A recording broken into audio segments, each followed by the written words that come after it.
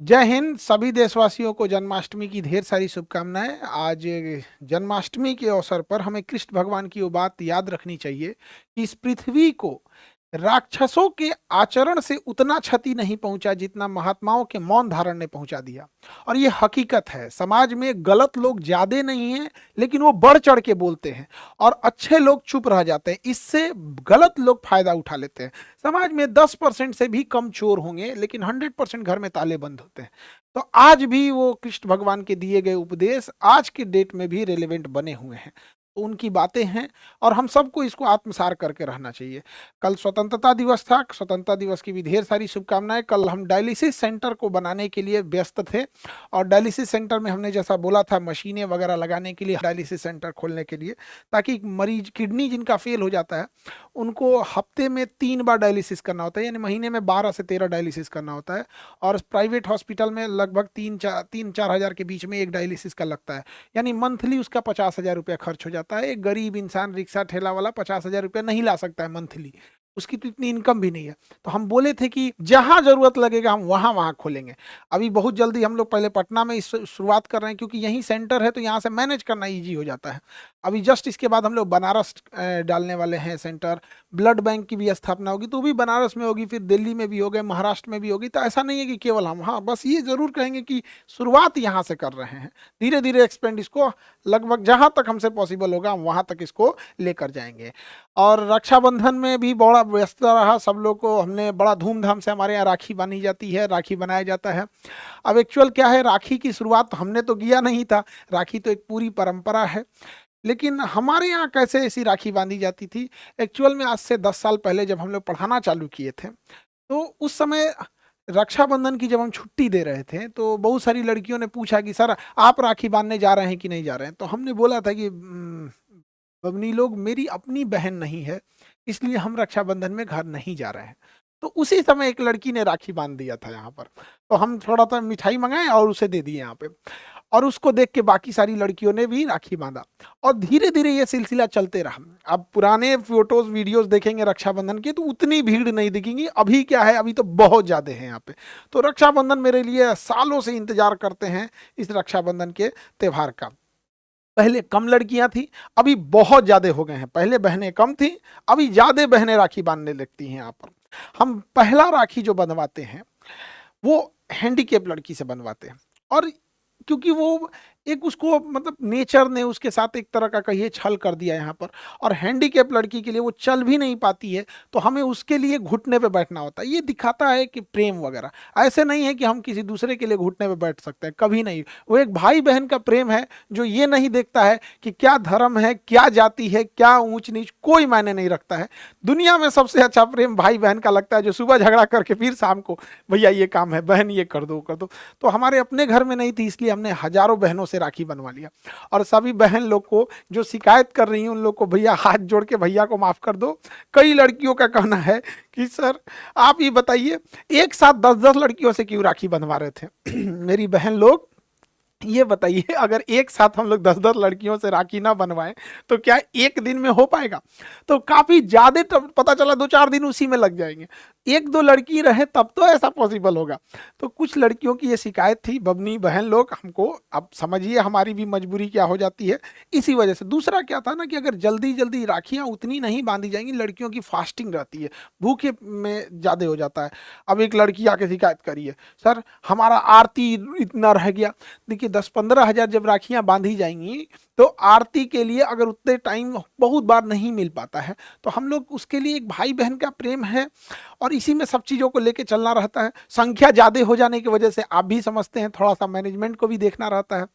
एक जो सबसे हमेशा हम राखी में हर लड़की को कहते हैं, लेकिन बदमाश सब सुनेगी सब तब तो हम कहते हैं राखी लंबी वाली लेके आना। एक सिंपल सी राखी आती है धागा जैसे लंबी वाली, क्योंकि शुरुआत की ही राखियां कलाई पर बांधी पाती हैं। फिर जब कलाई मोटा हो जाता है तो राखी बंध नहीं पाता है। अब कई लड़की जब वो राखियाँ जो अब एक्चुअल उनकी भी क्या गलती है, राखी बनाने वाली कंपनी भी क्या सोचती होगी कि इसे कलाई पे बांधना है, उसे थोड़ी पता कि किसी की कलाई हाथी की इतनी पैर की इतनी मोटी हो जाएगी।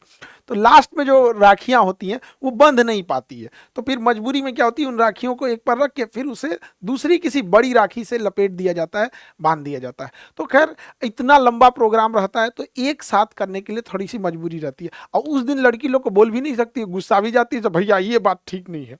लेकिन समझिए बहन लोग, इस नेक्स्ट टाइम पे और बेहतर करेंगे।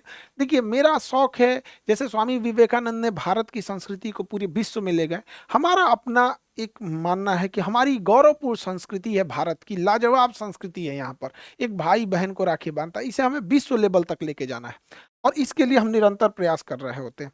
लड़कियों के लिए जितनी उस समय बहनों के लिए सेवा हो सकती है, 156 प्रकार के व्यंजन बनाते हैं, कोई चीज छूट ना जाए। और इसकी शुरुआत हम कैसे किए थे, शुरू में तो कम रहते थे, एक बार हुआ क्या कि हम एक 5 स्टार होटल में गए, और वहां देखे कि 100-150 वेराइटीज के खाने लगे हुए हैं। तो हमको लगा कि नहीं, हम भी अपने यहाँ रक्षाबंधन होगा या बच्चों को रिसेप्शन पार्टी होगा, उस सब में ऐसे करेंगे। तो हमारे पास जितनी सेवा हो सकती है कर सकते हैं। इस बार रक्षाबंधन में एक यूनिक चीज क्या हुआ, जिसकी सूचना आप लोग को देना हमको लगा कि आप लोग से शेयर करना चाहिए।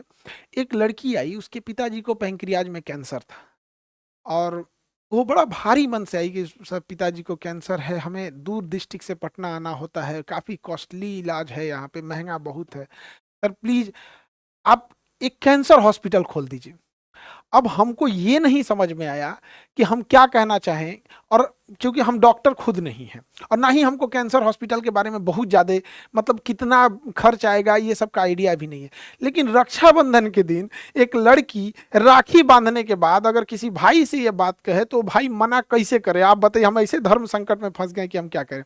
तो हमने ऐलान कर दिया कि हम कैंसर हॉस्पिटल खोलेंगे, और उसके बाद से हम रिसर्च करने लगे। राखी खोलने से पहले हम कई डॉक्टरों से बात की है जिन्हें हम पहले से जान रहे होते हैं, तो उन्होंने कहा कि सर हम जरूर आपका हेल्प करेंगे, आपका सपोर्ट करेंगे। हम उन डॉक्टरों का भी बहुत बहुत धन्यवाद देते हैं जो इस मुहिम में उन्होंने हमारा हौसला बढ़ाया और हमें एक मोरल सपोर्ट दिया, बहुत इसके लिए धन्यवाद देते हैं। क्योंकि हमने क्या किया था, अभी जस्ट कुछ दिन पहले ही हमने ऐलान किया था कि हम डायग्नोसिस सेंटर, ब्लड बैंक और हॉस्पिटल डालेंगे।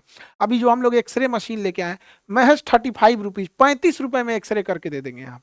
तो उससे किसको फायदा होगा, कोई बर्तन मांजती है, किसी घर में झाड़ू पोछा कर रही है, कोई ऑटो चला रहा है, कोई रिक्शे वाला है, कोई सब्जी बेचने वाला मजदूरी कर रहा है, तो किसान है, स्टूडेंट है, इन लोग के पास इतने पैसे नहीं होते हैं। इनके लिए 300-400 बहुत मायने रखते हैं। आप ऐसे नॉर्मल एक्सरे कराने जाएंगे 300-400 रुपए लगेंगे। हम ये नहीं कह रहे हैं कि अमीर अमीर लोग के लिए तो हमेशा से बेहतरीन हॉस्पिटल थे, ये गरीबों के लिए है। तो हम अपने आप को रोक नहीं पाए, क्योंकि इसी देश ने हमें सब कुछ दिया है, अब वापस इसी देश को लौटा के चले जाना है। अब ये जो चीजें हैं इसको लेके तो नहीं जा पाएंगे, इसीलिए इसको लौटा के ही जाएंगे। सब कुछ चीजें इसी देश का बनाया हुआ है। अब कैंसर हॉस्पिटल के लिए हमने बोल तो दिए हैं, लेकिन अभी क्या है कि उसमें बहुत वर्क करना है और बेस्ट इस चीज को किया जाएगा। आप सब लोग की दुआएं साथ रहती हैं। एक चीज बस ये कहेंगे कि देखिए हम खुद डॉक्टर नहीं हैं, लेकिन हमने हॉस्पिटल, डायलिसिस, ब्लड जांच और हर डिस्ट्रिक्ट वाइज इसको हम आगे लेके जा रहे हैं। जैसे जैसे होगा हम बहुत फास्ट कोशिश करेंगे पूरी प्रयास करने के लिए। लेकिन आपको क्या लगता है कि हमको ये चीजें करना चाहिए, आप क्या सोचते हैं इस बारे में, एक बार जरूर बताइएगा। क्योंकि आपकी बातें, आपका कमेंट जब हम इस चीज़ों को देखेंगे तो आपकी इस चीज़ों को हमें, मेरे लिए एक मोटिवेशन का काम करेगा। क्या हमें ये चीज़ें समाज को लौटा देना, ये चीज़ें ठीक हैं, इसमें और क्या सुझाव हो सकता है, आप लोग बेहतर जानते हैं। आप हर जगह जगह से आप लोग जुड़े हुए हैं, वहाँ किस चीज़ की समस्याएं हैं। जैसे अभी एक मेमोग्राफ मशीन आता है, वो हमने लगवाया है। वहाँ पे किसी महिला को अगर ब्रेस्ट कैंसर है, क्योंकि महिलाओं में ब्रेस्ट कैंसर काफ़ी कॉमन होता है, तो ब्रेस्ट कैंसर को अर्ली स्टेज में पकड़ लेता है। कई बार मेमोग्राफी इतनी सटीक होती है कि वो स्टेज 1 से भी पहले डिटेक्ट कर लेता है कि आपको संभावना ज़्यादा है, फिर वो वहाँ से बता देता है कि आप पेट सिटी में जाइए क्या है। तो जब भी हम किसी कैंसर को फर्स्ट स्टेज में पकड़ लेते हैं तो बहुत ही ईजिली उस ब्रेस्ट कैंसर का इलाज हो सकता है। और हमें लगता है कि हम अगर एक माँ को भी बचा लेंगे ना, एक माँ को भी, तो हम एक बच्चे का साया उसके माँ से, माँ बहुत ज़रूरी होती है। तो आप क्या सोचते हैं इस पर एक बार ज़रूर बताएंगे। मिलेंगे नेक्स्ट क्लास में। जय हिंद।